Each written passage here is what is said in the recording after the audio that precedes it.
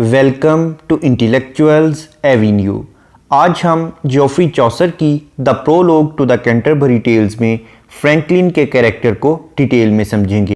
इस प्रोलॉग के बाकी तमाम कैरेक्टर्स को डिटेल में समझने के लिए इसी चैनल पर जोफ्री चौसर की प्लेलिस्ट को विज़िट करें। अब हम आते हैं फ्रैंकलिन के कैरेक्टर की जानिब। ये कैरेक्टर लाइन नंबर 331 से लेकर 360 तक कंसिस्टेंट है। पॉइंट कहता है अ फ्रैंकलिन, यानी एक फ्रैंकलिन वॉज था इन हिज कंपनी, उसकी सोहबत में, उसके साथ। अब हिज से मुराद है सार्जेंट ऑफ लॉ, यानी इससे पहले सार्जेंट ऑफ लॉ का कैरेक्टर हम डिस्कस कर चुके हैं। तो कहता है कि उस सार्जेंट ऑफ लॉ के साथ एक फ्रैंकलिन भी मौजूद था। फ्रैंकलिन एक बड़े जागीरदार को कहते हैं। विट यानी white was his bird, bird यानी बियर्ड, उसकी दाढ़ी सफ़ेद थी। एज इज़ द डेजी, यानी जैसा कि डेजी का फूल होता है, उसकी दाढ़ी डेजी के फूल की मानिंद सफ़ेद थी। यहाँ पर पॉइंट ने एक सिमिली यूज़ की है। ऑफ हिज कम्प्लेक्शन, यानी कम्प्लेक्शन, उसके चेहरे की रंगत। ही वॉज सैंग्विन, सैंग्विन का मतलब है सुरख, यानी उसकी जिल्द की रंगत सुरख थी। Well loved he by the more, more का मतलब है मॉर्निंग। अ सॉप, सॉप का मतलब है रोटी के टुकड़े।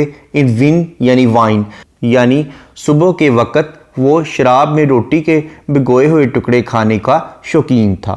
टू लिवन यानी लिव इन डेलिट, यानी डिलाइट। वॉज एवरे यानी एवर। हिज वॉने, खुशी में ज़िंदगी बसर करना ही उसका मामूल था। For he was Epicurus, Epicurus एक ग्रीक कैरेक्टर है जिसके मुताबिक यानी खाना पीना और लज्जत ही ज़िंदगी का असल मकसद है। ऑने सने यानी सन, बेटा।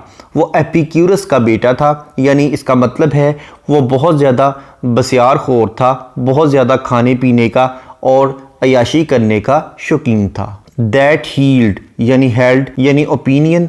दैट प्लेन डेलिट, डेलिट यानी डिलाइट, उसकी हकीकी खुशी के बारे में यही राय थी। Was very felicity perfect, felicity यानी शादमानी और खुशी, परफिट परफेक्ट, उसकी यही राय थी कि खुशी जो है वो इंतहा की लुत्फ़अंदोज़ी की बदौलत है।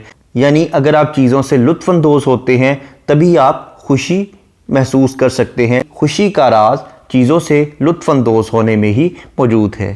एन हाउस होल्डरे, यानी एक हाउस होल्डर, एक घर का सरबराह। And that a greet, greet यानी ग्रेट वॉज ही, वो था, वो घर का एक सरबराह था और वो एक अजीम था। सेंट जूलियन, और वो एक अजीम Julian. He was in his country, वो अपने इलाके का सेंट जूलियन था। सेंट जूलियन एक अजीम मेज़बान था। उसके हवाले से इसने एक मेटाफर यूज़ किया है और कहा है कि वो अपने इलाके का सेंट जूलियन था, यानी एक बहुत बड़ा मेज़बान था और इसके साथ साथ वो अपने घर का सरबराह भी था। हिज ब्रीड यानी ब्रेड, उसकी रोटी। हिज एल यानी उसकी शराब। वॉज ऑलवेज आफ्टर ऊन, ऊन यानी वन, उसकी रोटी और उसकी शराब हमेशा एक जैसी मियारी हुआ करती थी, यानी उसके मियार में कभी फ़र्क नहीं आता था। अ बैटरे यानी एक बेहतर। एंड वाइंड यानी शराब का ज़ख़ीरा करने वाला। मैन शख्स, एक ऐसा बेहतर शराब का ज़ख़ीरा करने वाला शख्स। वॉज नोवर नून, यानी इससे पहले नहीं जाना गया। इसका मतलब है कि जितना वो शराब का ज़ख़ीरा करता था इससे बेहतर कोई भी शराब का ज़ख़ीरा करने वाला ना तो मौजूद है और ना ही इसके बारे में किसी को इल्म था। विदाउट ए बेक, पकाए बगैर, मीटे यानी मीट गोश्त। वॉज नेवरे हिज हाउस, यानी उसका जो घर था वो कभी भी पके हुए गोश्त से खाली नहीं हुआ था, यानी हमेशा उसके घर में गोश्त पका हुआ मौजूद होता था। और फिश यानी मछली का। एंड फ्लैश और मटन या बीफ, उसके घर में हमेशा मछली, मटन या बीफ का गोश्त हमेशा बुना हुआ या पका हुआ होता था। एंड दैट सो प्लेंटिवियस, और वो बहुत ज़्यादा कसरत में होता था, यानी उसके घर पे हमेशा बकसरत मछली और दूसरा गोश्त पकी हुई शक्ल में मौजूद होता था। इट्स न्यूड यानी इट्स नोट, यानी बर्फ़बारी होती थी, बारिश बरसती थी। इन हिज हाउस, उसके घर में, ऑफ मीटे यानी गोश्त की, एंड ड्रिंके और शराब की। उसके घर में हमेशा गोश्त और शराब की बरसात बरसती थी। ऑफ ओले डेंटीज़ यानी डेंटीज़, इसका मतलब है नफीस और मुफीद ग़िज़ाएँ। दैट मैन कुडे थिंके यानी जिनका सिर्फ इंसान तसव्वुर ही कर सकते हैं। उसके घर में मुफीद और आला ग़िज़ाएँ और इसके साथ साथ गोश्त और शराब की हमेशा बारिश रहती थी, जिसके बारे में इंसान महज तसव्वुर ही कर सकते हैं, यानी उनका हासिल करना इंसान के लिए मुमकिन नहीं। आफ्टर द सॉन्ड्रे यानी मुख्तलिफ, सॉन्ड्रे मीन्स मुख्तलिफ, सीजन्स ऑफ द ईयर, साल के मुख्तलिफ मौसमों के साथ साथ। सो चांट यानी वो तब्दील कर लेता था, ही हिज मीटे अपना गोश्त, एंड हिज सोपर और शाम का खाना। वो गोश्त और शाम के खाने में साल के बदलते हुए मौसमों के मुताबिक ही तब्दीली किया करता था। फुल मैनी अ फैट पार्ट्रिच यानी बहुत मोटे ताज़े तीतर। हैडे ही इन म्यूए यानी उसका जो डरबा था उसमें वो मोटे ताज़े तीतर रखा करता था। एंड मैनी अ ब्रीम और बहुत सी ब्रीम मछलियाँ, एंड मैनी अ ल्यूस और बहुत सी ल्यूस मछलियाँ, इन स्टोए उसके तालाब में हुआ करती थी। यानी उसके तालाब में बहुत सी ब्रीम और ल्यूस मछलियाँ होती थीं और उसके डरबों में बहुत मोटे ताज़े तीतर हमेशा हुआ करते थे।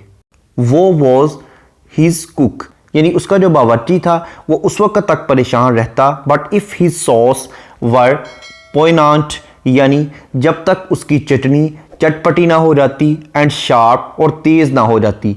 जब तक उसकी चटनी चटपटी और तुर्श ना हो जाती तब तक उसका बावर्ची परेशान रहा करता था। And ready all his gear और जब तक उसका सामान तैयार ना हो जाता, यानी जब तक उसका खाने का सामान तैयार ना हो जाता और उसकी चटनी चटपटी और तुर्श ना हो जाती तब तक उसका बावर्ची परेशान ही रहा करता था। हिज टेबल डोरमेंट उसका मेज़ साकत रहता था, यानी हमेशा मौजूद रहता था। इन हिज हॉले ऑलवे, ऑलवे यानी हमेशा, उसके बड़े हॉल में हमेशा उसका मेज़ साकत पड़ा रहता था। स्टूड रेडी और तैयार होता था। कवर्ड ऑल द लॉन्गे डे पूरे के पूरे दिन वो हमेशा तैयार रहता था, यानी मुख्तलिफ अनवा के खाने उस मेज़ पर हमेशा तैयार पड़े होते थे। एट सेशंस और सेशंस में there was he lord and sire, बहुत से सेशंस में वो अक्सर व बेशतर एक लॉर्ड और सायर की हैसियत से मौजूद था। फुल ऑफ डे टाइम और अक्सर व बेशतर he was knight of the shire, वो अपने इलाके का नाइट भी रहा। यानी नाइट, सायर और लॉर्ड ये तीनों वहाँ के सरकारी ओहदे हैं। वो तीनों ओहदों पर मुख्तलिफ औकात में मुतमक्किन रहा था। एंड लास, एंड लास का मतलब है खंजर यानी डैगर। एंड आ जिस्पर और जिस्पर का मतलब है एक थैला, एक पाउच। ऑल ऑफ सिल्क जो कि सिल्क का बना हुआ था। एक खंजर और एक रेशमी थैला, हींग यानी हंग लटका होता था।